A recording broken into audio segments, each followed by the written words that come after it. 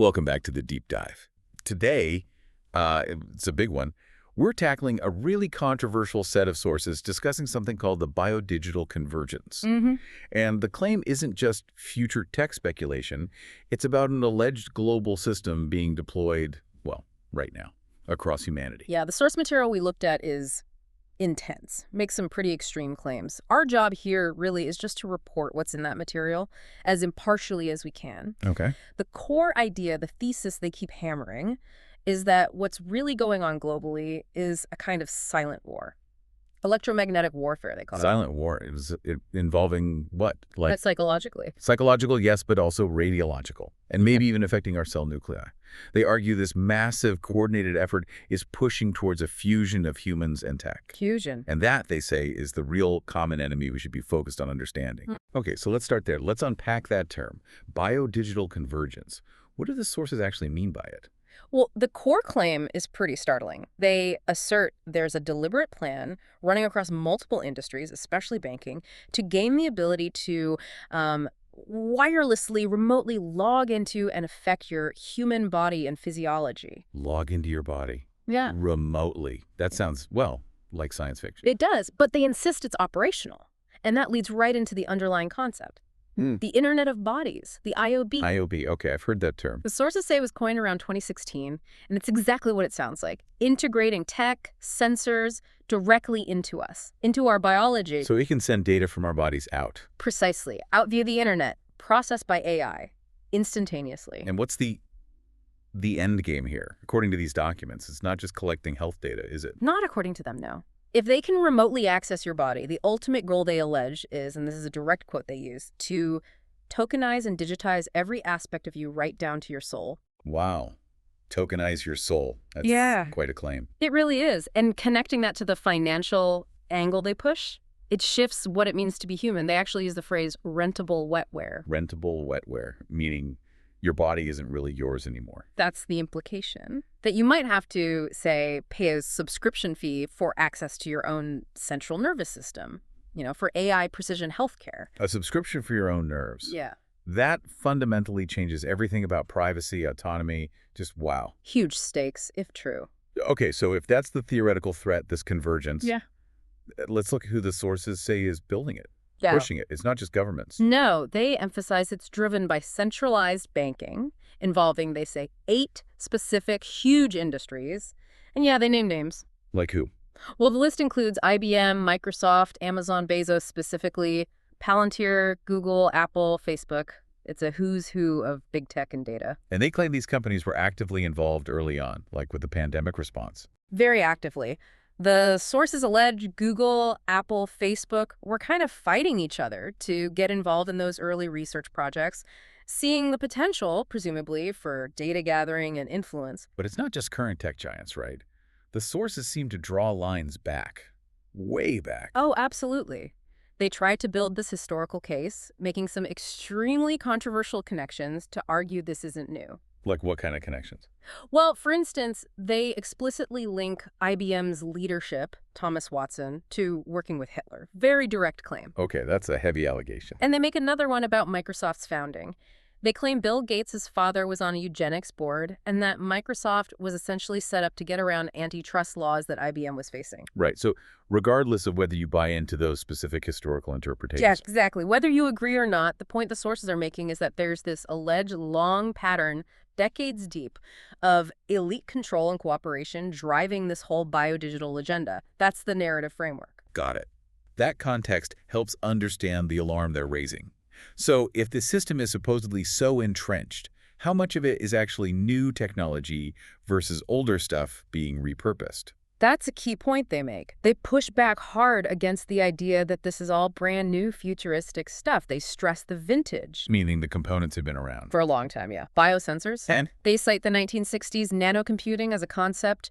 1959 Richard Feynman's talk. Wow, okay. Not exactly cutting edge then.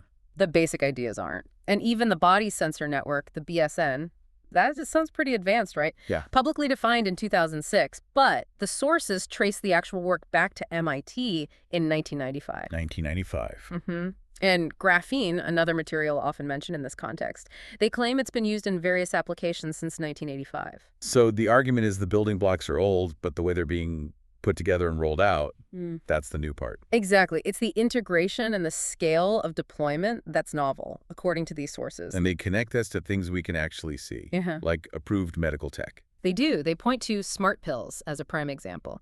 Specifically, the 2017 FDA approval of Abilify My Sight. That's the antipsychotic with a sensor. That's the one. An ingestible sensor embedded right in the pill. It proves the concept is medically accepted, commercialized. And what do those pills do? Just track if you took the medicine. That's one use, yeah, medication adherence. But also diagnostics, like for your gut. And continuous monitoring of vital signs, all transmitting data out. Transmitting to where? Your phone? The doctor? To external devices, yes, and then potentially onto hospitals, data networks. It shows the tech is real and already integrated into healthcare. Okay, so if the tech is medically accepted, how do these sources bridge that gap to state control? That seems like a leap. Well, this brings us to the next major section in the material. They tie this IOB infrastructure directly into national security doctrine, specifically something called network-centric warfare, NCW. Network-centric warfare. Military term. Definitely. It's a doctrine that aims for information superiority, using, and this is their phrase, a trillion sensor network to boost combat power. A trillion sensors? Yeah. Covering what? Everything. According to the sources, the backbone for this is the Department of Defense Information Network, the DoDIN.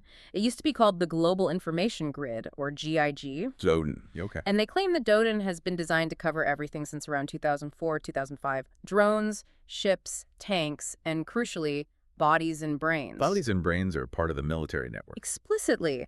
The human body is designated in this framework as a body area network, a BAN, just another node on the DoDIN. A BAN. Within the DoDIN, okay. And this connects directly to funding priorities.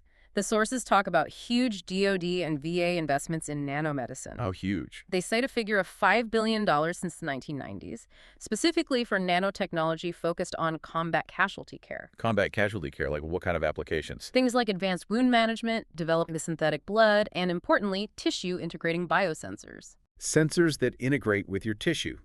To monitor what? Body chemistries, vital signs, remotely. They also mention smart garments, like haptic suits or gear. Haptic gear, you mean like for VR? Sort of, but weaponized. Gear that can apparently sense penetrating wounds, like a gunshot or shrapnel, and automatically alert medics or the network. Wow. So the military has been working on integrating tech into soldiers for a long time. For decades, according to this material, and they argue that military pioneering is what eventually enables the civilian rollout. Which brings us back to healthcare. Right. How does this military network connect to, say, Medicare?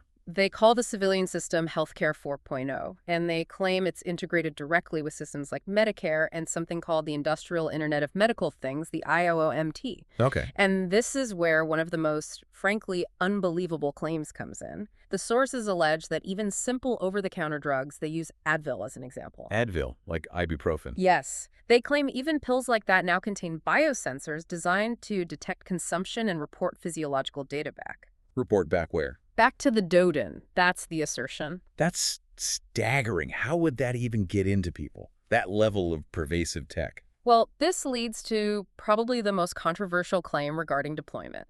The sources allege that nanorobots, or the necessary components, weren't just introduced via things like vaccines. Which is already a controversial claim. Right. But they go further. They claim introduction also happened via nose swabs, like the ones used for testing. Nose swabs? How? They claim the swabs contained hydrogel and that this was a way to bypass the blood-brain barrier, a sort of Trojan horse to get the tech directly into the central nervous system. Using routine medical tests to deploy nanotechnology directly into the brain. That's an enormous claim about logistics and intent. It's massive. The sources essentially treat the deployment as a done deal, pervasive, using every possible vector, medical, military, corporate.